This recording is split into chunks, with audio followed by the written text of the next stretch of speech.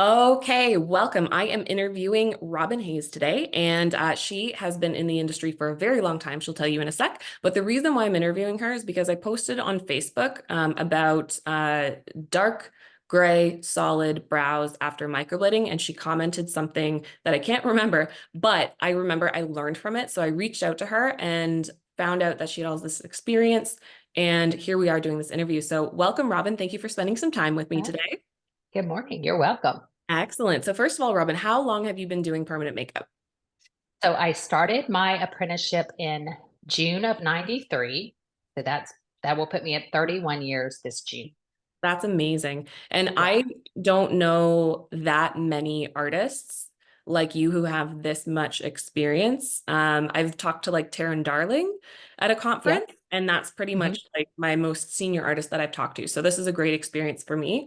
And Yep. in this interview, we're going to talk about like her business, and we're also going to talk about pigments a lot as well, because titanium dioxide, carbon black, there's not a lot of information available online, but Robin has a lot of experience. So we're going to dig deeper into that. And then, Robin, what other interviews have you done? You said that you did a couple. Yeah. So I did one for Perma Blend a couple of years ago. Then we were just talking about women like myself that have been here for a long time and seen changes and seen the things that have happened through the years. So that one is pinned on my website. And then I did one with Victoria Rocca with Brow Sisters a couple of months ago as well. And that one's all over the place. It talks personal and beauty and all that. I don't have that one pinned yet. I need to get that up there, but Yeah, well, that's great. No, it's great that you've done with mhm. Purple, and like that was really Yeah. impressive to me because like they're obviously one of the major brands in here, and the fact that Mhm. they wanted to interview you, I think shows a lot about your credibility and your authority in this industry. So I'm Mhm. personally honored and excited that you're spending some time with me. Sure. Okay. And I also want to know, just so that we can also gain an understanding of your experience in the industry, and how established you are. How many clients do you see per week? So I um, do 5 people a day, Whoa. or 5 procedures a day. Yeah, but you have to understand too. And now, when I say that, I don't say that to boast. I say that you obviously gain speed, Mhm. and I do all procedures: brows, lips, areolas, whatnot. So some people might have 2 procedures done. Some people, so it could be more like 5 procedures as opposed to 5 people. It just sort of depends. But I block out an hour and a half to 2 hours. Um, I don't break for lunch, that kind of thing. Yeah. So I usually start at 10 and I'm done by 5. Oh, And wow. I work 5 days a week. I do not work weekends, but I've started scaling back to 4 days a week and trying to take like every other Friday off, or try to take one day off just for paperwork, life, all those things. Totally. Nice. So Yeah. tell me a bit about your Mhm. current business. So you're full time. Do you have employees as well? Do not. Okay, so It's you're just like me. totally solo. Nice. Yeah. Yeah. Yeah. I rent space inside of a plastic surgery center. And I have an office in Atlanta and Chattanooga. They're about an hour and a half away from each other. Mhm. And then I contract out with a few different other plastic surgery offices in between those two areas. Nice. Awesome. How long Yeah. did it Yeah. take? Because you've been doing this for so long, and maybe this was so long ago, but how long did it take for you to become stable in your business? Because I see a lot of artists quit really early, like Hmm. maybe after 2 or 3 years, Yeah. whether they can't get clients or they're still struggling with their technique. How long Yeah. did it take before your business was stable? So I think the magic number is always going to be 3 years. And if you can make it 3 years, you're pretty good. Now, mine was a little different because my mom actually started before I did. Oh, So wow. she apprenticed with the same lady that I apprenticed with. So she was a year ahead of me. So Wow. after I did my 18-month apprenticeship, I worked with her. Mhm. So obviously there was some clientele that was there, and that was for 5 years. And then when she left the Tennessee location, I took it over. So in reality, I would say 3 years was probably the magic number for sure. Plus, you got a But head yeah, start. Yeah. And you got yeah, a and it was full time too. I wasn't also trying to work another job, so I was available, but I was in a plastic surgery office. So obviously, the clientele that comes in there is your clientele. It's a lot easier to grab from people that are walking through the door already. Yeah, for sure. Yeah, you had a good setup, and I think that did really well for you. So it like people who don't have that opportunity, or maybe they're doing Hmm. it like 2 days a week on the side, I can Yeah. imagine why it takes longer to get to Well, that. and there wasn't much competition back then either. Right. So, it was new and Yeah. Yeah, that's like everybody when I was. started as well, like Hmm. 7 years ago. There wasn't much competition. I could post on Instagram and get clients, and it's way different now. Way different. Hmm. Um, Yes. so I want to dive deep into pigments first, because this is something that I've been on a mission to find out some concrete Hmm. answers. I'm reading articles, I'm looking at the Facebook groups, and I'm just not finding the depth of information. And we already had a little bit of a pre-interview, and I Hmm. was already like, okay, wait, let me write down these questions because I want to come back to it. So first of Hmm. all, you had said in our pre-interview that you saw carbon a lot, like very early on, and then the industry moved to iron oxide. Whereas my experience, I started with iron oxide, moved to carbon, and then back to iron Right. oxide. So, Right. tell me about like the history of carbon with permanent makeup. Okay. Yeah. So, with the only place that we could actually buy pigment from was tattoo manufacturers. Okay. Mhm. So it was one of those things where if you were lucky enough to get them to actually sell to you, which was hard because the tattoo artist knew that we had 2 days and 5 days training. They Yeah. did not want to sell to us. They thought we were renegades, but one company would sell to us, and it was Spalding and Rogers. Um, Huck Spalding was, one of the original big tattoo guys, and the ladies that actually sort of got into this industry and spearheaded it. Two of them, one of them's no longer with us. Her name's Patty Pavlik, and the other one was Mary Jane Hackey, and she's still involved. But they sort of helped us get the pigments, but the pigments were raw. So they came to us in a powder form. Oh, wow. Yeah. And of course, they were all carbon based Mhm. because there were no iron oxides back then. And then And carbon black specifically. Like when I say carbon, like I think my main yeah, concern is the carbon black, yeah. not necessarily like Yeah, yellow. so they all had, carbon black in them, and then they were mixed with the other, you know, raw pigments, the powders, and literally we mixed them in a blender Yeah. with distilled water, alcohol, and sometimes glycerin, Yeah. more so for the lip colors. So I basically, during my apprentice, had about a handful of colors, and I had to mix them. So I had a maroon, a red for lips. I had a bottle of white, had a yellow, a brunette, a blonde, a black, and I think that Yeah. was it. Maybe a blue. And what were And your so Oh, sorry, go ahead. no, that's fine. So I had to basically mix my pigments, which was a great learning experience, but it would also we were very limited, Mhm. obviously. Yeah. And then what's been your experience like from your early days? Like what were your age results looking like after 3, 4, 5 years with that carbon black content? Well, of course, we were using straight carbon on eyeliner. So all the eyeliners, would start off black and then they'd wind up going a little navy on a more translucent skin, like yourself or myself. If we just tattoo straight carbon black on our eyes, eventually it's going to go charcoal or navy. Mhm. So of course, it still looked good. It would just slowly fade, but I still have some people I did eyeliner on 30 years ago and it still looks great. They don't mind it as it's aged because they've aged as well. So say if they've gone lighter on their skin, they like it a little bit more charcoal, which is actually sort of nice. Did you do that with Um, brows too? Like, with brows, yeah, were you doing brows with carbon black as well? we were doing well. Of course, the pigments had some. Anything that comes from a traditional tattoo company and it's not iron oxide is going to have black in it. Mhm. Even lips, it's just the way it is. That's the way that the pigments are made. Mhm. So I would say I only saw those particular people for, a couple of years while I was doing my apprenticeship. Okay. So the stability on colors would be a little different, but I didn't have anybody necessarily coming back with crazy stuff because I Yeah, was taught how to mix my pigments. right. So, But then, yeah, then iron oxides came out and I switched over. mhm. Um, because my friend at Derma International was making iron oxide pigments. She was Mhm. making those from raw pigment as well. Mhm. So she made camouflage pigments, brow pigments, things like that. Now, we did notice a little bit of a shift in color with some of those iron oxides on certain people. Mhm. But that's when, color correction came into play. It wasn't anything horrible as long as people kept their touch ups. If somebody comes back 15 years later, yeah, there's going to be a little bit of a color shift for sure Yeah. with anything, but for that, for sure. And so then with carbon black in today's pigments, like we have a lot of artists, like here's my experience. We started off in iron oxides with microblading Mm-hmm. specifically.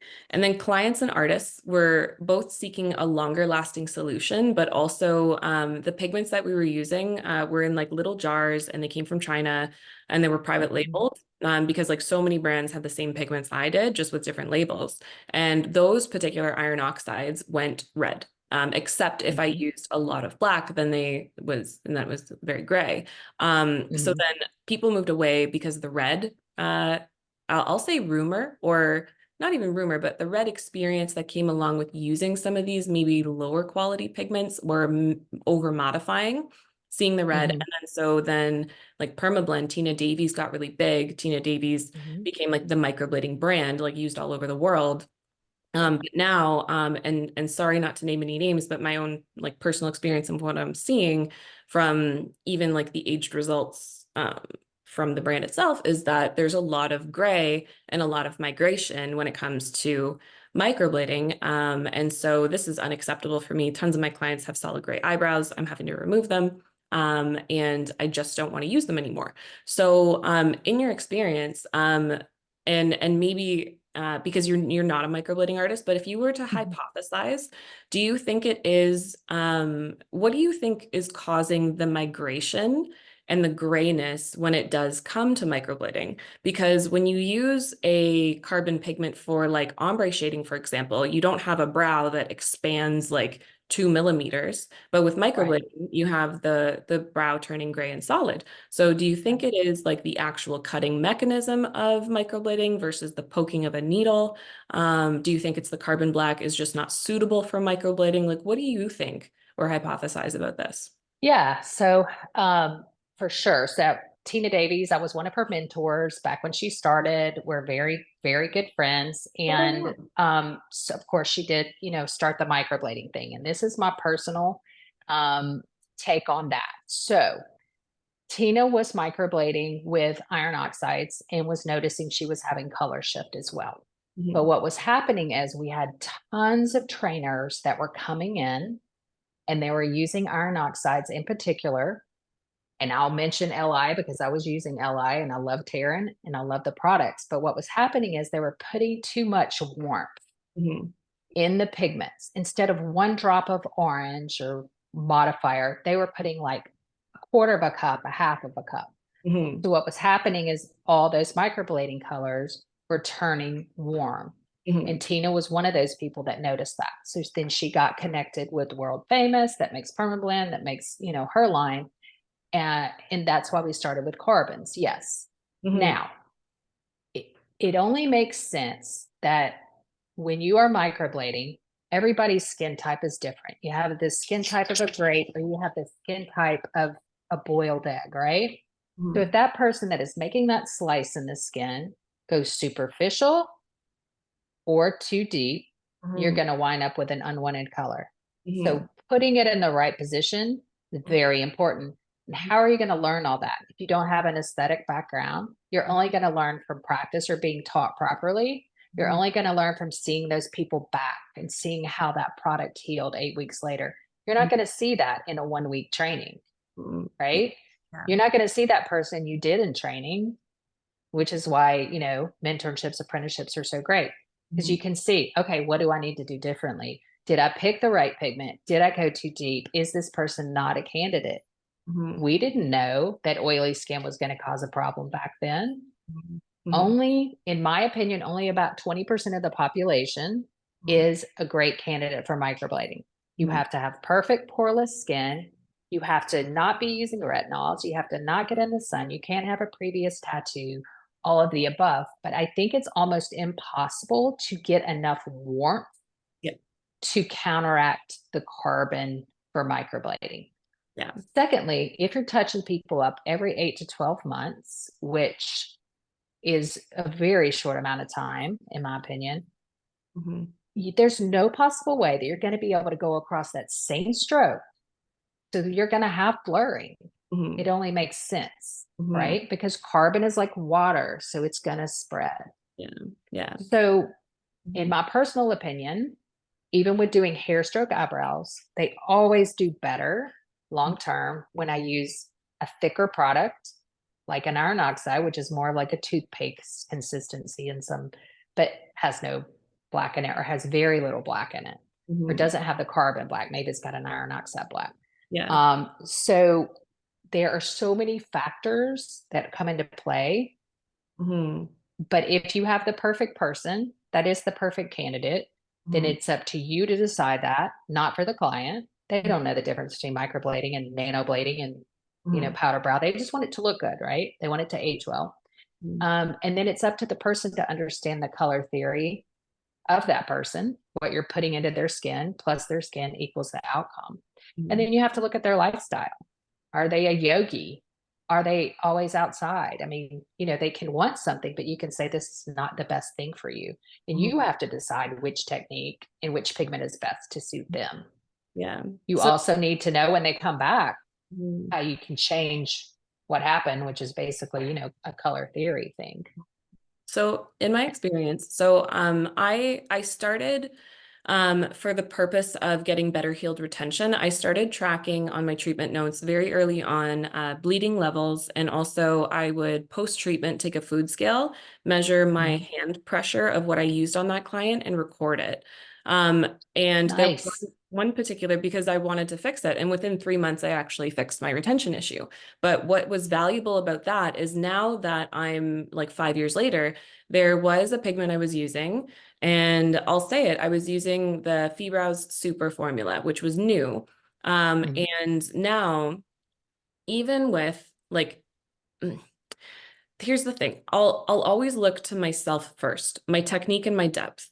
But because I tracked so meticulously with like minimal bleeding or moderate bleeding or slow bleeding or quick bleeding, even my slow and minimal have the same problem. So Mhm. like I'd love to say it's my depth and be able to be in control of it. Mhm. But in my experience, if it was depth, shouldn't I have even at least one person who had the perfect skin that didn't have this issue? So that led me to think, well, is it then the carbon black? Because you said it's so liquid, it spreads like water, Mhm. it's the smallest molecule, it floats to the surface, other colors Mhm. sink underneath. So that's when I was like, maybe carbon black is just not the choice for microblading. Better for other services, but not for the choice. What's your opinion on my conclusion there? Because that's just my logic, but I am looking Mhm. for people like you to critique me and maybe point out things I'm not considering. Yeah, Oh, so the white is what floats to the surface more. So that's more of when you would see like the white or the yellow. The mhm, carbon actually spreads out. And so, like, if in particular you've ever seen laser tattoo removal, laser actually sort of blows that pigment up so it spreads out in macrophages. mhm, So, tattoo removal always works best on a black tattoo mhm, because they'll eventually just go into the bloodstream, right? mhm. So that particular product will spread out. And so what you're seeing is more of a stain, more of a spread of a stain, if that Yeah, makes sense. So yeah. every time you're pushing down in that skin with every touch up, Mhm. you're just spreading it a little bit more and a little bit more and a little bit more. The thing is, like, That even with makes the sense. pigments, the clients didn't need to come back for a touch up for like 3 or 4 years. So there are some clients where I only treated Mhm. them one time and they're Yeah. still experiencing this issue. I think Yeah. it can be, what do you call it? Like enhanced with repeated touch ups, but even with Yeah. just one treatment or like one in the touch up, still Yeah. seeing that change. I think it's really important. Like, so Tina Davies' new Fade collection, I love that she's got listed in the colors. You can see the first color. and you can see the bottom color. So you can see that it might be red, green, yellow, white, and then black on the bottom. Her darkest one, you can see like black is number 2. I think what is so great about that is people understanding how much carbon is in there, how much yellow is in there, how much red is in there. And then taking the Fitzpatrick scale, obviously I always err on the side of light the first time I do somebody, knowing I'm going to have them for a touch up. I'll always schedule a touch up before they leave. I include the touch up in my price because I want them to come back no matter what. I don't want them to feel like they have to pay another $100 if it's not right, if it's this, if it's that. But on top of that, I think that if you feel like you did everything after this amount of time and you're still having these problems, then yes, absolutely, you need to switch your pigment line. But also it may be your clientele as well, right? So I'm in the South. People love to get outside. They're mainly fits 1s and 2s, every now and then maybe a 3. But it does also depend. It depends on, what area of the world you live in, on what pigments work best for you. My friends that are in California, they're gonna, they usually have all different 1s through 6s, and that's going to apply towards lip procedures as well. But I probably have every pigment line that's ever been out, and I still, buy when stuff comes out because I want to try it. I don't think there's a perfect pigment line, and I don't think there's only iron oxides or only carbons, right? I think carbons are great for eyeliners as long as you have the experience and you don't want to get a blowout or anything like that. But that's technically line work. I mean, that's just goes back to traditional tattooing. And that's what we have to sort of take into play because all tattooers do apprenticeships, so they understand needle choices and they understand depth and color, obviously. But I think the world got so saturated when microblading came out and so much misinformation, like not drinking coffee and all this stuff. When we first started, we were giving people ibuprofen. We didn't go through this whole spiel of things you can and cannot do. Tattooing was tattooing. It just didn't want you coming in drunk. That was basically, it. But now it's all these people are like, oh, you're on thyroid. Well, we've understood now. If you're on thyroid medicine, you're probably going to heal a little cool. But we didn't get into, it's interesting. Medicines are always going to be a problem. And we can't really study it enough, except for the fact that if you look at somebody that's taking a lot of stuff, they're probably going to ooze more. They're probably not going to heal as well. They're probably going to be a better candidate for an ombre or a powdered brow. It's just the way it is. Your body is on drugs, right? We don't really know how it's going to react. The bleeding factor, how much blood should we be getting off somebody, or should we be getting just a pinpoint? That's an interesting thing because really, obviously, lips, yes, you're going to get a little bit of that. That's just sort of the way it goes. And then our numbing medication, it usually will constrict any blood flow we do have. Pinpoint bleeding, other than that, I don't know. How much bleeding should we have? Obviously, if we're bleeding, it's going to push the color out, right? So if they're on things that make them bleed, I'm just basically stay away from, blood thinners, fish oil, vitamin E, aspirin, those kind of things. Have you ever because this came up recently at work, and someone said that they were on a blood thinner, and I said typically if you're allowed to discontinue use for a few days under your doctor's supervision, then it's okay.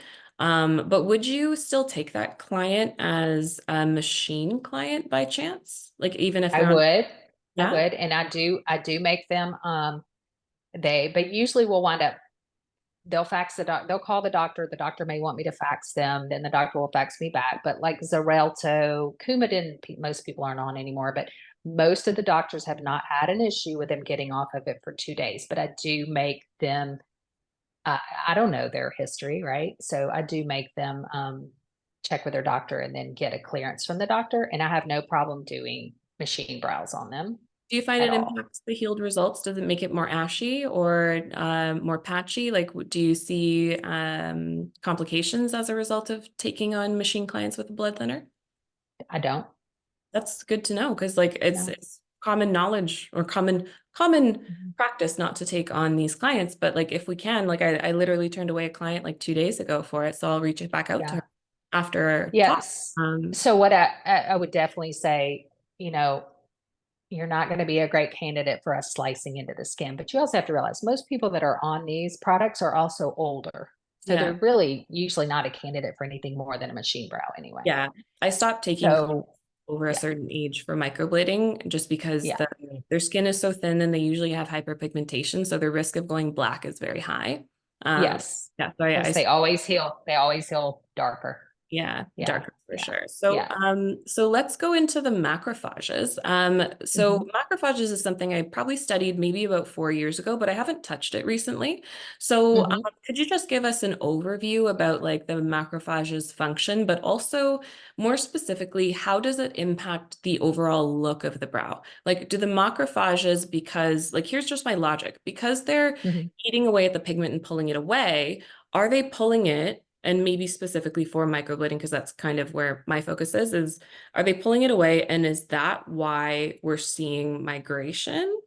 Or like what are your kind of thoughts on all that in the macrophages and how it impacts the look of the brow? So with that in particular, we say like it's like a Pac-Man, right? Mm, But I personally think of more macrophage release when somebody is getting laser. mm, So that laser is pushing that pigment down in the skin, whereas saline removal is pulling it out. mm, So what's happening is they're getting in the bloodstream and being released through the lymph. I mm, don't think that that is really happening with tattooing per se. Okay. We're not getting it that deep. Yeah. We shouldn't be getting it that deep. So are you saying So that we're not getting it deep enough for the macro? Sorry, I think I'm misunderstanding. that's okay. We're not getting it deep enough for the macrophages to really get in there until it's lasered, or like how does it impact? Yeah, I don't think the macrophages are messing with our quote unquote pigment Mhm. like it's doing when we're trying to actually get it out of the skin, Mm, right? So the pigment is making it blow up yeah. into the bloodstream. We Mm, shouldn't be there. We should be above that yeah. Yeah. when we're tattooing. So Hmm. I don't really think it comes into play so much. For the I think it is pressure, hmm depth, and pigment pressure all combined. and Yeah. job. Not Yeah. that that's not one or the other, but in Mhm. some respect it is. Okay. Um, because how do we explain it looked good and then 6 months later it looks like stitches, Hmm. right? Hmm. So to me, was it, and there's so many things to look at. I have to tell people all the time. They're like, why did this happen when they come to me from somewhere else? And I Hmm. can look at their skin in the beginning and go, you weren't a candidate in the first place. And that person probably didn't know. Hmm. Or, you know, maybe you went to hot yoga that night, you didn't listen, or, Will maybe that they went cause too migration? deep, maybe they went too shallow. Sweating With like a hot has, yoga session, yeah, like right it's after, like sweat? salt has, sweat has salt in it. Hmm. So for these heavy workout people, Hmm. I tell them, I want you to not do anything for a week, but they're not going to do it. Hmm. And I try to explain to them, we don't want any salt on our brows. I do have them clean. Everybody's different on their protocol, but I do have them clean morning and night and then apply treatment. But Hmm. if they're sweating, that sweat is going to get trapped underneath that, little scab or whatever. And it's going just like saline, when we use lift or anything else, it's going to cause the pigment to lift out of the skin Yeah. and it's going to cause the pigment to blur. Yeah. And to blur. Absolutely. So why do you think it Mhm. blurs? I'm so focused on blurring and migration. So like, how So do you? whenever you sweat, your pores open up, right? And it's letting the heat escape out of your skin. Mhm. So it's almost like somebody you're microblading on that has large pores. Mhm. Makes them not a candidate, even though maybe they would have been a candidate. Mhm. Okay. So would you actually say that like one of the kind of intake questions would be like how active, because I asked them that, Mhm. how active Mhm. are you only for the aftercare purpose? But would you actually say Absolutely. that I'm actually pre-screening my very athletic and sweaty clients, like even menopause clients, shift them to a machine brow? I mean, as a 54-year-old that's slowly getting there, I've never had like the full face sweats, but yeah, I mean, it's definitely my understanding that people literally sweat when Mhm. they're going through, that time of their life. And I always say, you need to have a paper towel, Kleenex, something. You need to be blotting that off during that healing process. It's like we do know that first day when the skin is open, it's best that they blot off any lymph fluid. I try Mhm. to get them to do that about every 30, 45 minutes Yeah. so they don't scab too much. Yeah. So same sort of situation, right? Mhm. Um, and my people that don't want to follow protocol, I mean, every yoga instructor I know that I've ever worked on, Mhm. and they all want microblading, and I explain to them, and then they all come back blurry. Or Mhm. they want hair strokes and they all come back blurry, and it's just impossible. I'm like, okay, you're going to have a powder brow, and then they do fine. Even with machine hair strokes, by the way? Not as much, but it's just they just fade a lot quicker Fade a lot than quicker. they would. Obviously, if you're using a machine, you're getting more pigment in the skin.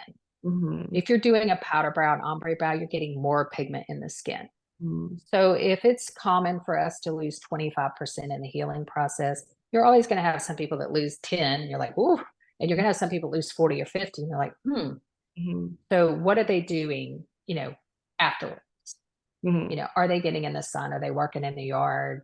Are they heavy sweating? I also don't want them working out that morning because their pores are open up once again. I'm usually not very strict, but when I talk to them and consult with them, I always find out what their activity is, what their activity level is. If somebody's going to go run an Ironman, I'm like, we need to do this after.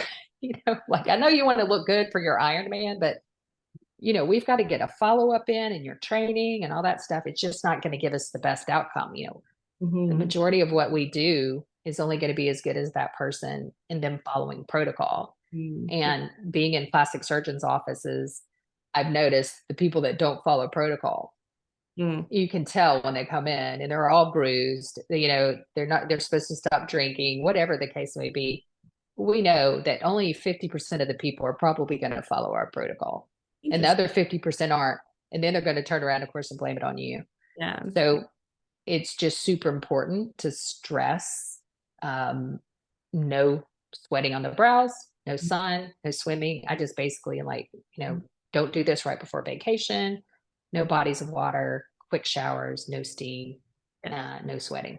Yeah. So on the note of nano, so I've heard because nano is really blowing up now. Like in Google Trends, it's Sure, like it's more popular than ombre, according to sure. Google Trends for what people are searching. Hmm. There is, and because it's so new, we don't know the long-term effects, but you actually do. So you've Hmm. been doing machine hair strokes since when? That's how I was trained in 93 That's fantastic. was So mhm. cool. Single Let's talk. needle. Yeah. Oh, great. Mhm. So let's talk about some nano. So, first of all, there's a rumor, and I don't know if this is true or not, but nano is suitable for oily skin. What's your take on that? What's been your experience?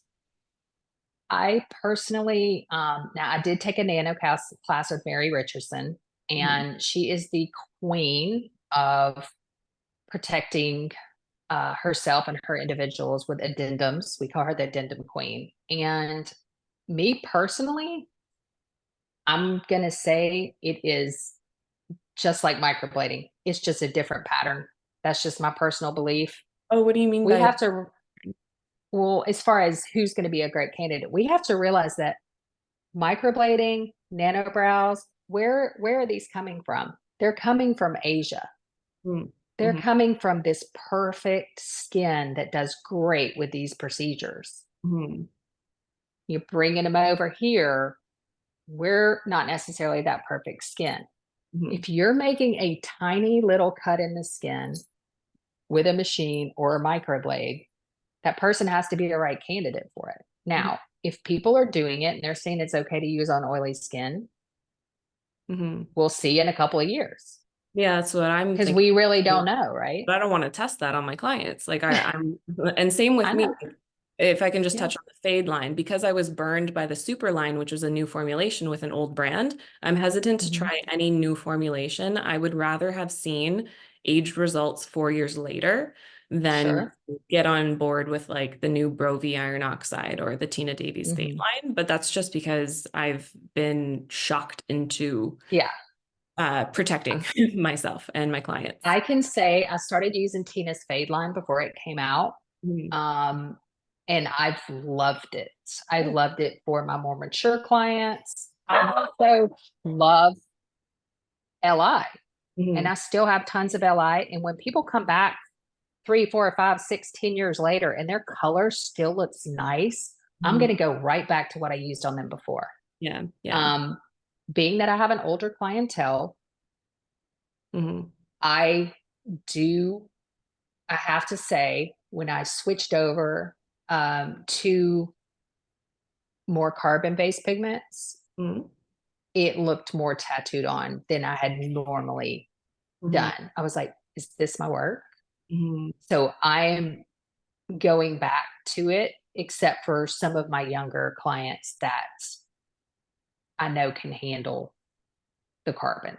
Mhm. My older clients, I can't. Mhm. They just can't. Their skin can't handle it. So I've loved the fade line. I still use Li.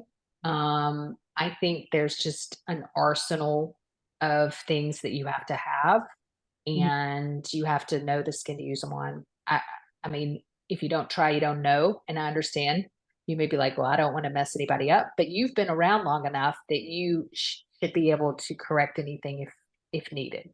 I Yeah. guess is what I'm saying. I Yeah. mean, a good neutral hazelnut by Ella. I mean, there's always going to be a Yeah. few Taryn pigments on always talks every line that's perfect, you know? Yeah, Darren always talks about hazelnut, and I have to try it. I haven't tried it yet. Yeah. I am actually going to purchase the LI pigments for my machine work because right now I'm Hmm. using Biotech Rapid Shade, and I Hmm. just find that they're healing too cool, and they only have 5 colors, and they're Hmm. all there's like a warmer one, but even if I wanted to make a warmer machine brow, I'd have to add a drop of orange and I still might Hmm. not get it as warm as I want, but I'm not going to over modify because of the aged results. Yes. I'm considering to switch to LI just so I can have a broader range of undertones because I have so many Sure. pigments. Hmm. And then when working, actually, if I can ask you with LI pigments for machine, what would be your needle choice? I know it depends on the skin, but like what kind Hmm. of needle choices do you reach for? How do you change your technique with your hand speed or your pressure in order to Okay. get saturation more easily because the molecule size is larger than an organic leaning pigment? Right. So I do like working with a thicker pigment, Mhm. which Li is. I don't dilute my pigments, but some people, if they want it thinner, they sell. Li has a dilution solution they can use. Yeah, I'm actually a big So if diluter myself. yeah, Yeah. yeah. I mean, everybody's just sort of different with that. So I do high speed. High speed. I use a Flux Mini. Mhm. So it has a built-in battery, Mhm. and I will go the highest speed if I'm doing hair stroke brows, and I'll either use a single or a 3RL. Mhm. If I'm doing a powder brow, I go low speed, 5.5 to 6, maybe 6.5. Yeah. And I may still use those, or I may go in with a 7 or 9 curved mag.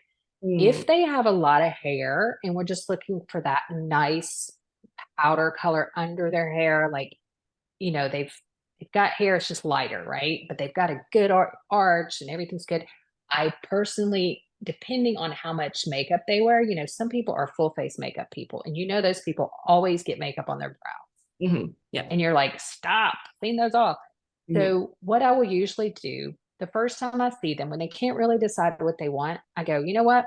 We're going to do hair stroke brows on you with this color, and we're going to let you get used to this. When you come back for your touch up, you tell me how much more saturation you want. If you Mhm. say 20%, I'm going to use the same color and I'll throw some more hairs in there. Mhm. If you're like 50%, I'm going to be like, we need to probably do a powder brow on you. Okay. Yeah. because I don't want them to be freaked out when they Mhm. leave. I want them to have so much say so in it, right? Yeah. And then I might whip out a 9 curved mag. 9 curved mags are also great for color correction on a powder brow if you need to, because it's just putting so much pigment in the skin. Would Whereas a you, single needle is going to take you a long time. yeah. Would you use a single needle with an LI pigment? That's pretty much all I've Yeah, ever used a single needle. yeah, Or would you take a absolutely. little longer? Yeah. And what diameter of Yeah. needle do you use for that? Because I've used a range from like 25 to 40. And Hmm. and so with like an LI pigment, do you base your needle diameter based on the pigment and of course the skin, or Yeah, like so trying to be great? I'm funny about that. Like I also think there's no perfect needle line. So Hmm. I might like a 3RL Tina Davies 0.30 on one, but then I might like a quadrant, you know, it's so funny because I don't love the needle lines with every single needle company, right? So Mhm. for me, it's more about the tip and Okay, the so like, sharpness of the tip and the and needle and the and way that the way it flows. Because you got to realize LI is going to be a little thicker, right? are So you referring some to the, people, sorry, by like needle shaped, are you referring to the taper, like short, medium, long? yes, and but it's also about the casing as well, because some casings are cut off, so they're, like you can see your needle, but then some of them have the gouge, the little V cut in, so you can the pigment flows better, Okay. if that makes sense. Yeah, I love. So I'm more about the actual. Oh, I love this one and this one and this one and this one and this one and this one. But I would say in general, um, I'm 0.25 on some, 0.30 on some. I do love, like, there's a Vertex Nano 3RL that's super, super fine that I love. So it's not so much about I have to have a 12 gauge or a 10 gauge. It's the actual needle that I know that I like that I'll use on that person. And it Okay, could be the same needle by a different manufacturer, but it doesn't feel the same. yeah. And what So I'm it's like, trying to get is like I'm so trying to get like a concrete answer of like use this taper for this pigment or like what you prefer. well, see, that's going to depend too. If you Yeah. thin your pigment out, Mhm. then another needle configuration might work for you. Mhm. If people want to work with a thicker needle, you need to have more space in between that needle and that cartridge so it will flow, More space. right? So like kind of Yes. average is like 2 millimeter to 2.5. So would you Yeah. do? So otherwise it's just going to clog up. Yeah. That Okay. makes sense. So I like the Vertex 3RL micro, which is great for nanos. I know Mary Richardson loves Vertex needles. Mhm. I also love quadrant needles. There's two different ones. There's the Optima, which is more for PMU. I think it depends on if you like seeing your needle. I like to see my needle, so I work with it pretty far out when I'm doing hair strokes because I Mhm. like to see it going in the skin. Yeah. So I like more, not quite an acupuncture needle, but Mhm. a super fine. So if it's a 3RL, because I've got to use that on certain skins, then it's probably going to be a long taper, Mhm. like a And 12. and if you're doing a single needle nano, if I can just dissect a little bit more because I'm Mm-hmm, doing nano myself, so I'd love to just know as much as I can. So mm-hmm, when it comes to, so you already said you would use like the highest speed possible.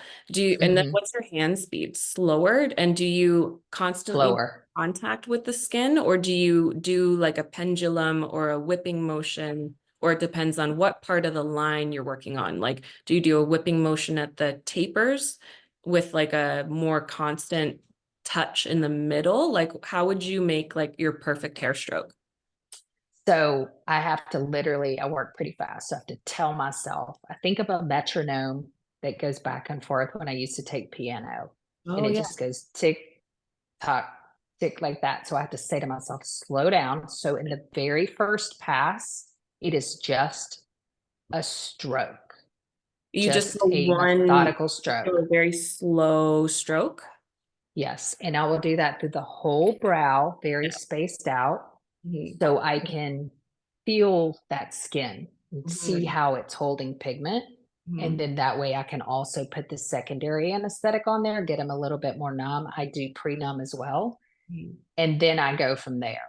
I want to Yeah. see how their skin's reacting to that pigment, to Mhm. the depth, to the needle. Yeah. And then I sort of go from there. And then how many layers? I know it's going to be different for every person, every skin type. Yep. And how many, Yep. like, what would you do for your second layer? Like, how does your technique change? Do you then do more of like a pendulum motion, or do you do a solid line across it again? What do you do to I'm tape prob the ends? Yeah, I'm probably more of a little bit of a back and forth in the very beginning to make a bulb more like a, and then it's so hard for me to say. So I I might know. just sort of do a little, and then my biggest thing is I like to bring it up to the top and pull it out of the skin. So you get that fine little wisp. So that three turns into almost a single if you're using a three, Yeah. right? We want Interesting. to see that wisp right past the hair of the skin. Mhm. As far as doing whip shade or shading, which is, that I would, if I was going to do that with, like, say, a powder brow, I would start on the end of the brow You'd start on, and go, yeah. yeah, almost like when you were doing an ombre, you'd start at the end and then you would whip out of the skin at the bulb. Yeah. Okay. Gotcha. Interesting. Yeah. I just want to Cool. see how the skin reacts. If they're just bleeding, then I need to change my needle. Yeah. I need to change my depth. I need to change my everything. Yeah. But as far as how many times I go over that brow, like people say that to me, I'm like, I go over it till it's done. Yeah. Some Yeah. people can be 4 passes. Some Mhm. people can be, 10 passes. Mm. It just really depends. And if you do 10 passes, are you concerned about the skin's health and integrity? And what do you look for signs of damage? Like is there a cutoff point where you're like, ooh, I Oh want yeah. another pass, but the skin can't handle it? What does Yeah. that look like? So how we used to explain it was, if you've ever seen a piece of leather, like if you've ever, ordered a couch and looked at the samples, or if you ever like turned a handmade leather belt over or whatever, almost like the nappiness of the bottom of the leather, you don't want the skin to look like that. Yeah. Yeah, I've never seen, Almost like, yeah. yeah, Um, yeah, you don't want But it to look like that. if the client starts to bleed, like one kind of thing that I read online, and this is the thing, like there's so much information, what's correct? So one thing I saw Mhm. online is when the skin does start to bleed and show more of the serous fluid in the lymph, that should be a stopping point. Is that accurate? I mean, do I stop when I see that? Yeah. No, I don't. No, I don't stop when I see that. I'm gonna put, anesthetic on them, and then that's gonna control that.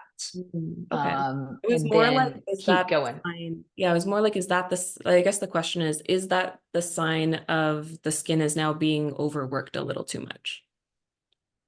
Or is that not the sign? Because the thing that I read is that that is the sign. So I just want to know if that's a myth or fact, or what your take on it is, if we can't I mean, particularly fact it. you would have to look at, I would have to see. I would have to see somebody doing it. But I Mhm. also tell people I would have to see what you are using. I would have to see the person's skin, and I would have to see what they're taking. What are they on? Mhm. Or how old are they? Mhm. Um, if I get bleeding immediately and it's just pinpoint bleeding, that's normal to me. Mhm. Anything more than that is not good. Yeah. I did have a client. Pinpoint bleeding's just a little bit. I guess I had a client recently where there was this one section of brow I was working on and everything was fine, like no bleeding. And Mhm. then it was like on a later pass. And then in this one section, all of a sudden, like it was not covered, but like lots of pinpoint bleeding and lots of lymph. And I am a more handed artist. When it comes to my shading, I'd rather do more passes than go too deep. Mm. So, Mhm. what do you think caused that reaction? I know you can't see the client and you weren't there, If but it it was like on the arch on the brow bone or over towards the ear, that's like the thinnest tissue on the whole body. it was like middle of the brow body on the top, like from the head to Mhm. the arch, that section on, Yes. yeah. Okay. So I, you know, I also, this is also when I would say to them, did you take, like, did you have some aspirin last night? Did you have some alcohol last night? Usually, especially if I've worked on it before, it's always something that they probably did. Mhm. And that might be an issue. But I will say anything from the arch over, you're always going to get more bleeding because it's the thinnest tissue Okay. on the face, especially at the very end, which is why Which, we tend to okay. lose our edges. Um, I would probably just stop working on that and go to the other side, put some anesthetic on it and see what it does. Okay. Yeah, so it's not And necessarily a sign of damage like I had read online. It's just kind of no, an and that there's a vein, on some people that run right, right through there. yeah. Um, but yeah, I mean, we are tattooing the skin. Mhm. There is going to be a little bit of the damage. There's every single time. We do have to realize that we are cutting into people's skin. Yeah. Now, do we want to take the best care of it possible? Yes. Do you think it might blur out because of that in particular incident with her bleeding? Mhm. Yes. So you can stop and say, we might have to work on this one a little bit more when you come back. But if you were to put some anesthetic on it, get that bleeding stopped, and then look at it when it's blanched, I think you can probably see if Mhm. there's any issues with that. Gotcha. And just to circle back to nano, for example, have you used carbon black with your nano, or or with your hair stroke machine, or have you always used iron oxide for it? Because my thought is, and I was looking at like Natalia Yeramenko, who's been doing it for 17 years, and she is using like a carbon based pigment for some of her nano. But I've Mm-hmm. just been so like with the microblading experience I have with the gray and solid, I don't want to start doing nano with carbon if in 5 years it's just going to be a gray solid again. Is that have you experienced, I guess, what do you predict or what do you see with using carbon black with nano? More safe or I guess yes, more safe. If you want to play it safe, this is the deal. I don't think that these people care if they have to come in more Mhm, frequently. mhm. No, and I explain it to my You know what I'm clients saying? too. Yeah, Yeah. I said I'm going to use a less long-lasting pigment because your age results are going to be better than if I use the really long-lasting pigment and you came back every 3 to 4 years. So the Yeah. trade-off is you come in sooner, but I'd rather have that for you. And they're Yeah. very, Now, if for some weird reason, I guess the iron oxide just didn't cut it for them, mhm, we always have those people that like to look a little bit more made up, mhm, then you have an option, obviously. Just like you have an option to not do carbon on people anymore and you can go in and use iron oxide. mhm, So I think it really, once again, depends on their lifestyle. But I think anytime you're making a small little cut, slice, line, whatever, um, you're always going to have more insurance with an iron oxide. mhm. And but Now, have if they come back early and they're like, I really wish this lasted longer, you, you can say, look, this is an option, but if you're not good about your sunscreen and you're this and you're that, mhm, it could ash out and then we warm it up. Now, mhm, who's to say that the people that I see every couple of years for the past 30 years don't need warming up or ashing out? No, it happens. You're just combating it when they come back in. mhm, So there's always going to be people that fade very nicely, and there's always going to be people that fade warm or fade cool. mhm. But specifically A for bit, yeah, hydration when it comes to nano and carbon, do you think yes, what have you seen? Like are yeah. if I've you never had migration with iron oxide, period, whether yeah, it be eyeliner, brows, anything. Um, have I had migration on a brow immediately? No. Have I had it on an eyeliner? Um, yes, I have. When we first started using them, and I was able to correct it. mhm. But she had also been using Latisse, and that's before we knew that you can't use eyelash growth products. But So for nano though, yeah, like because nano is so yeah, popular, and if I can use an organic with a carbon and it's gonna be fine in 5 years, I'll go for it. But what's gonna yeah, happen with a carbon and nano in 5 years? we don't know. We don't know. My Okay. personal opinion Always would use be iron oxide. use iron oxide until you're comfortable. Mhm. Maybe try it on your ankle Mhm. or something. People work on their husbands all the time. It Mhm. just only makes sense to me. Nano's a fine little. So how can you put enough warmth in that carbon to keep it from changing? Yeah. Because it's always, That's the biggest thing about making a small little thing. How can you compensate for the carbon? yeah. And then in the end, like from what I've learned, and maybe you can validate or myth bust this, but in terms of the molecular weight, if titanium dioxide is on the very top, carbon is the next one underneath, and then the No, orange. it's carbon's all the way at the bottom.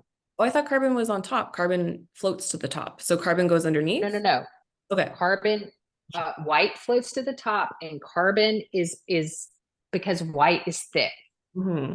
So think of it like foam on the top of your black coffee, and carbon is thin. Hmm. And sinks. So carbon is like water. If you were to take that bottle, straight carbon black for eyeliner, and turn it upside down, it's just going to be like a cup of water. Hmm. If you take white, it's going to be like toothpaste. Hmm. So then So white's going to stay more up top. So then what happens to the red and the orange? Because we're It's sort of in seeing the middle. gray. But then why don't we see the yellow and the orange? Because You you can dispel this. So what Mhm. I was trained is it goes titanium on top, carbon underneath, and then when you laser off carbon, you get orange. So you can't Mhm. see that orange. If the orange was on top, I feel like we'd have a brown eyebrow, but we have a gray eyebrow. And when you remove the gray, then you do see the orange. So, like to me, logically, it means that the carbon is actually sitting on top of the orange or the red and the yellow. But you're saying it's well, not the reverse. So why don't yeah. why does it look gray if So the yellow is light fast. So yellow is going to leave the body first, but right? but they choose light fastness. Sorry, let's discuss this. This is very interesting to me, and I'm gonna test you just because I've heard different, but you have more Yep. experience, so I want to know what you Well, think. that doesn't necessarily mean I'm 100% correct. I'm just going off of my True. personal knowledge with it for Gotcha. sure. Yeah. So, Because yeah. with the light fastness factor for sure, but they do choose light fastness pigments that are like a 7 or 8, even with yellow. So Mhm. to me, it's no longer a matter of the light fastness disappearing. And if it did disappear, we wouldn't see orange if we removed the black with laser. We would see nothing. So what are we thinking? But what we're seeing when we are seeing these carbon brows get lasered time and time and time again, these people are producing red, orange, yellow results. Hmm. The black is getting dispersed Hmm. underneath through the macrophages, and what we're left with is floating to the top. Hmm. So There's why? not a huge amount of white in all the brow pigments, so you're going to be left with the base after the Yeah. black's gone. So then the black is gone, but that still begs the Mhm. question of why, if the black is underneath, why does the brow look gray if we have basically a filter of red and yellow sitting on top of the black? Why is it then not brown? Because personally, I believe that our eye is seeing more of a carbon stain. Hmm. And so we can't really see the other colors that are making up that pigment Hmm. because carbon is more prominent Hmm. And what of a I've color, heard, even if it's a drop or two. and then what I've heard is carbon black has a light molecular weight. So like and again we have like different knowledges of this or have heard different things. I don't know if what I've heard was right. But because it has a light molecular weight, it floats to the top. And then the red and yellow is heavier, so it sinks to the bottom. And then oh, I forgot where I was going with this. I guess I still would like to know then why yeah, I'd like to still learn more about that because it still seems like it should be brown if there is red and yellow on top. Well, Yeah, you also have to realize how much of those components are in each yeah, pigment. And we don't have that. The only person I know that's ever really put the colors in order is Tina Davies' Fade Collection. Now, other people will give you CIC numbers and you could do it yourself. But how much are we looking, like 5%, 10%, 20%, 30%, 40%? Like how much of what is in there? And then the stability of the skin that we're putting it in. We can't really scientifically say this or this, because then people taking medications, we don't know how that's working with things. We know on body tattoos, if people get outside in the red, a lot of times the red can get a little irritated. The yellow fades, the red can bubble up a little bit of irritation. But what's so interesting is the hardest things to remove in the skin with a tattoo with a laser are blue and green and red, not the black. So the colorants that are in those stronger colors are what we're left with, right? So that's what we have to look at. Blue is always going to be, black is basically blue when it's held in the skin. What we're seeing is blue, different shades of black, is blue, gray, whatnot.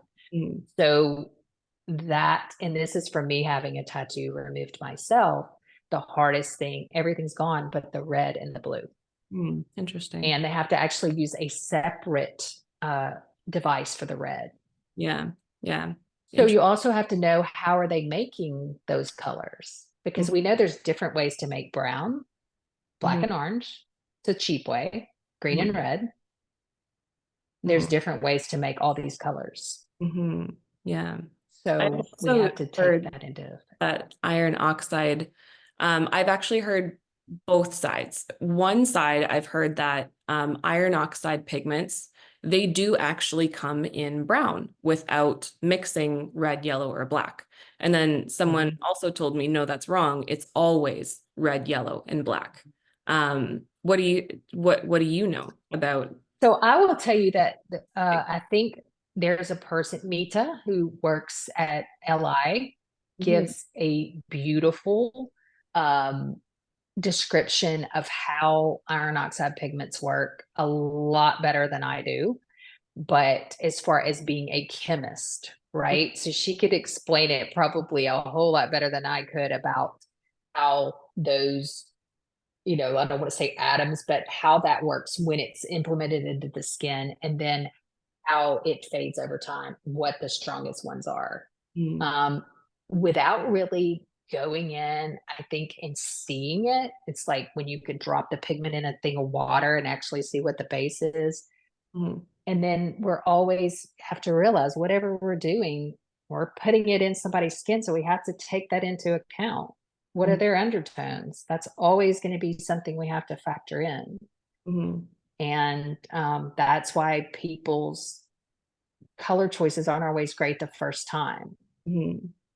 Yeah. If that person comes back in 4, 6, 8 weeks and that color just didn't work at all, is it the color you chose? Probably. Probably you chose too dark or too light of a color. And if you chose too light of a color, that's great. Go a little darker. If you chose too dark of a color, then what are you going to do? So we always have to take that into consideration. Whatever we put in the skin plus the skin equals our outcome. Yeah. And I think people forget about that.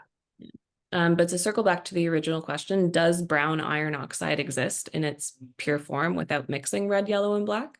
Like, can it be taken from a mineral that is brown? I would say it could, but how are you going to know if the pigment company isn't open about exactly what they use? Like, is it going to be more expensive to buy that raw pigment, so therefore they just mix it themselves? Does that make sense? Yeah. So why does it make sense that some pigments are $8 and some pigments are $35? I think that's something that you have to look into as well.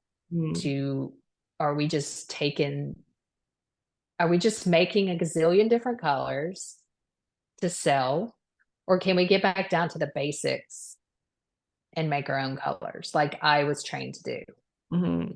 Yeah. Do we have to buy every single color out there? Yeah. Interesting. So we're coming up to the end of our time. I have one more question for you, Robin.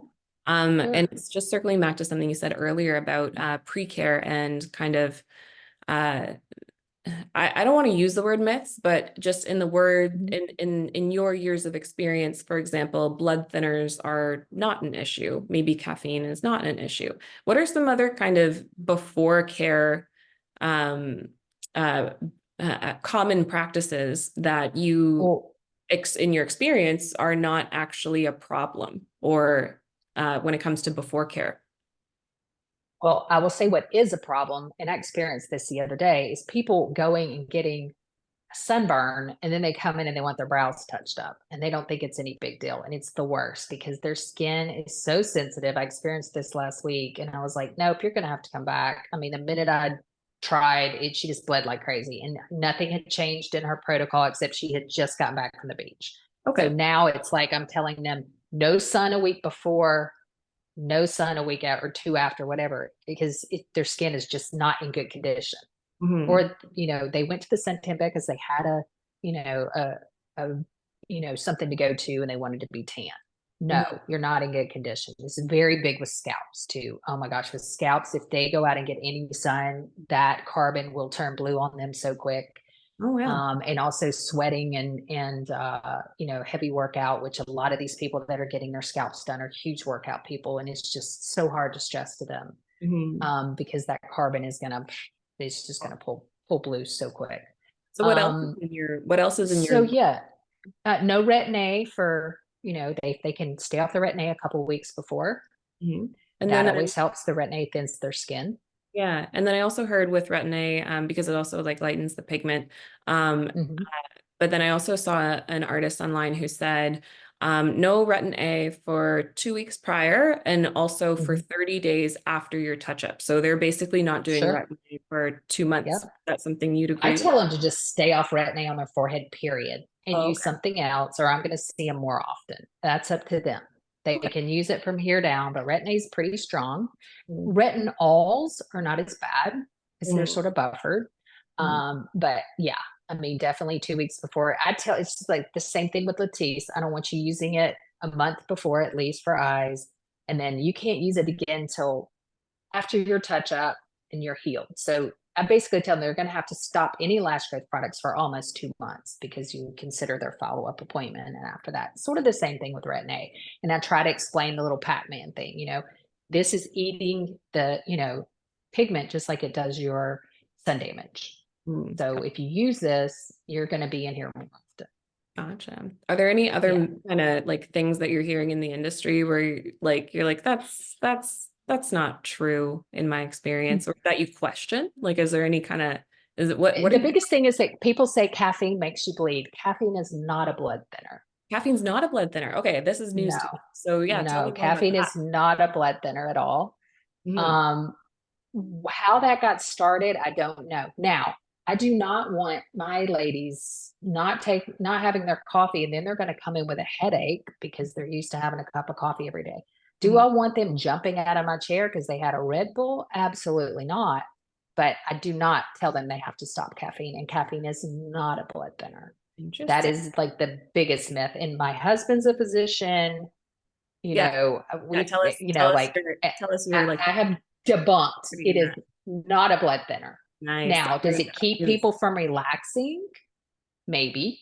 Mhm. If people take Adderall, Mhm. sometimes like the day before surgery, we will tell them not to take their Adderall that morning because sometimes they get a little jumpy. Yeah. Those are things to consider. If somebody's very anxiety ridden, you've taken their, what they're taking, and you're like, oh, she's got a lot of anxiety. Yeah. You may sort of want to feel that out. I always sort of tell people like eat before you come in. Yeah. Mhm. I don't want you laying there, your stomach growling, and like eat before you, Actually, especially if it's going to be a 3 hour session. I actually got protein bars because I'm trying to enhance my like There you go. experience. So I got like these great Hmm. grenade protein bars. They come in so many flavors. So when they're numbing, if I'm doing microwave and like I'm like, do you want a Yeah, snack? Are you hungry? Like I have these amazing protein perfect. bars. Even take one to Yeah, go. And I just give them that. yeah, But yeah. let's talk more about myths. Is there anything else Exactly. that like caffeine, like something that you don't agree with in the industry? Um, that's my biggest thing is that Mm, caffeine makes you bleed. But it doesn't. Other than that, the MRIs are not a problem. mm, You might have to sign a waiver, but mm, they've never been a problem. You mm, can have an MRI. As far as donating blood, some states, you're different because you're in Canada, but some states will say you're supposed to wait a year. mm, Normally it won't apply to us, but sometimes you have to tell the people they might have to wait a year to donate blood. mm, This does not cause cancer.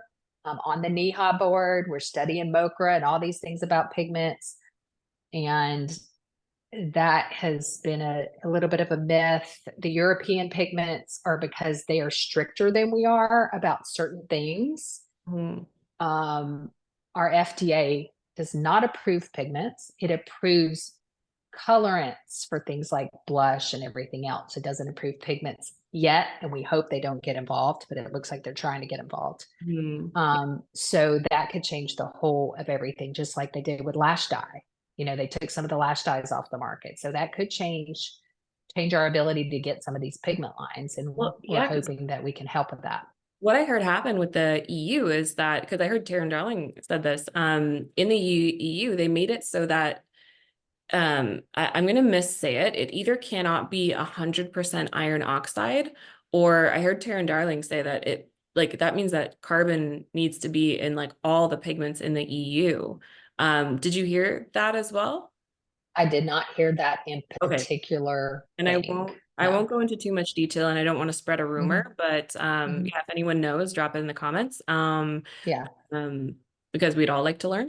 So I won't Yeah. touch on that. But yeah, I did hear that. And I just remember Taryn Darling saying, like, it's so disappointing because you'll get an eyeliner tattoo in Europe that has to have carbon black, but you're giving it to beginners. So the blowout chances are just so much greater.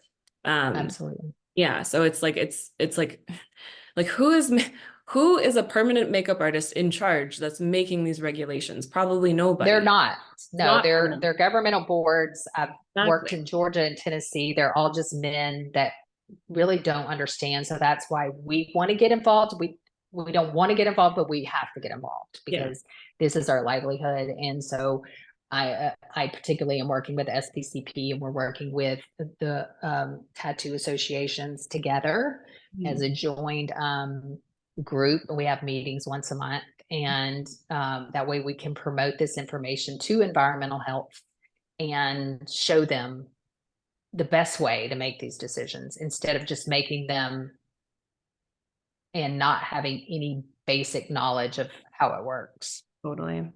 Well, Yeah. we have to wrap it up. We're at our time. Okay, doke. Robin, thank you Okay. so much. This You're was I welcome. learned so much. And if anyone has any follow-up questions, drop them in the comments below so that way we can Yep. ask Robin and get some more answers. So Robin, thank you so much for Sounds spending time good. with me Yeah. today. You're welcome. Take care. Enjoy the rest of your day, Robin. All Bye. right. You too. Bye.